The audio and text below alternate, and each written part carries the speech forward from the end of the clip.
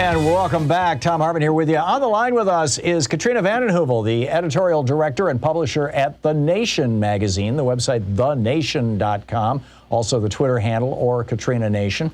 And Katrina has just an absolutely brilliant piece. You can find it at The Nation. It was, I believe, first published in the Washington Post. Democrats must control the crime narrative before it controls them. Katrina, welcome to the program. I think this is so spot on, and you can see the Republicans ginning this up. You know, murder's up, crime is up. Oh my God, defund the police. What do we do? First of all, thank you for having me on, Thom. It's been a long time. Always a pleasure. What do we do? We don't deny that the homicide rate is up, nor do we avert our eyes from the shootings and the gun sales that are up. I think what we do as progressives is lay out a bold, empathetic set of issues and policies that will sound real to people in communities demanding public safety, but not go back to the old, obsolete, outdated, failed playbook of more policing, of more incarceration, of more spending on policing.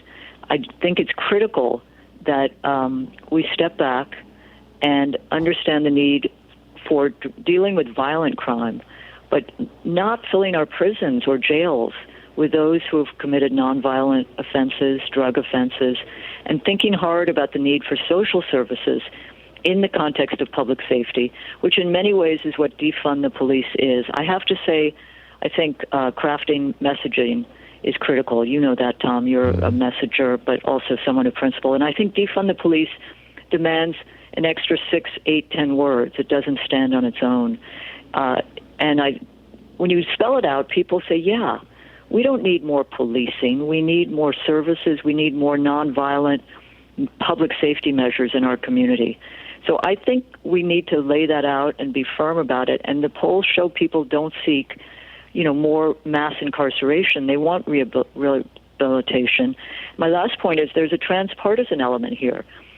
I think the Koch brothers are defunding our democracy in many ways, but there is a belief that we're not, the filling of prisons is counterproductive. Mm-hmm. I do think we need more reforms, like bail reform.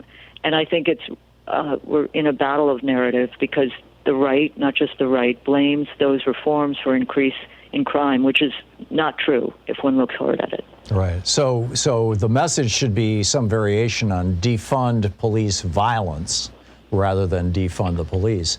And let's put... It should be, I think you need public safety. And how do you best achieve public safety? The wave of progressive prosecutors, DAs across the country, Thom, something you may have covered on your program, I think is a very important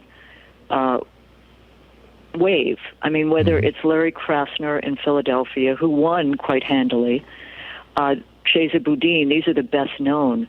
But there are people in Baltimore, I think it's Marilyn Mosby, in St. Louis, and around the country in small places in Texas, who understand that without bail reform, without more social services, without handling violent crime, which is about maybe 4%, so that you have a chance, without de-escalating nonviolent crime, without putting that into a paradigm of incarceration, you have more chance to deal with violent crime. So I think there's a common sense, progressive pragmatism that we're seeing, and I would encourage your viewers to support these DAs because they are seeing it from inside and have allies outside. I'm reading in the local media that you can't buy ammunition right now in large chunks of Oregon, and that this is because everybody's buying it, and guns as well. The price of guns are going up, and that this is a national phenomenon, much as it was in early 2009, right after Obama was elected, and then again in 2012 when he was reelected. There were these massive nationwide gun and ammunition shortages. and that last year was the biggest year for gun sales in the history of the country. My recollection is 30 or 40 million guns were sold. I mean, you're right at the nexus of progressive media at thenation.com. We're talking with Katrina vanden Heuvel, the editorial director and publisher of The Nation magazine. Has anybody done an analysis of the correlation and perhaps even causation, the association in any case, between the number of guns in circulation and the homicide rate? Very, very, very good idea. I've seen some media analysis of the stories. That's very different than data causation. But how can you look at Chicago, for example, where on any given weekend, 40, 50, 60 people killed in gun shootings, and not see some causality?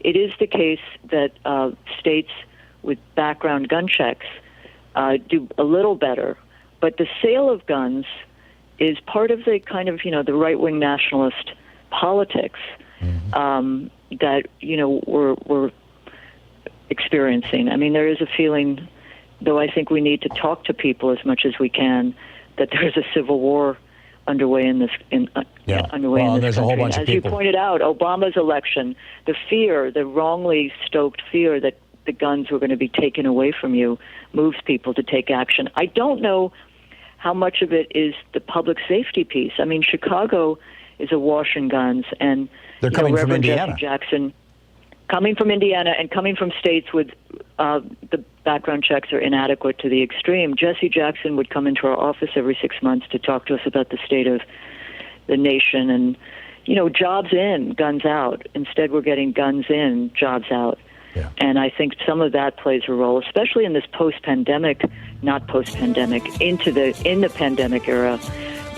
It's fueling some of what you mentioned. I am with you, and I think that this is like super critical, particularly with elections coming. The title, Democrats Must Control the Crime Narrative Before It Controls Them, by Katrina vanden Heuvel, both of the Washington Post and thenation.com. Katrina, thank you so much for dropping by. It's always great. Thank you very much, Tom. Yeah, have a great afternoon. We will be back with more of the news of the day and your calls right after this. You're listening to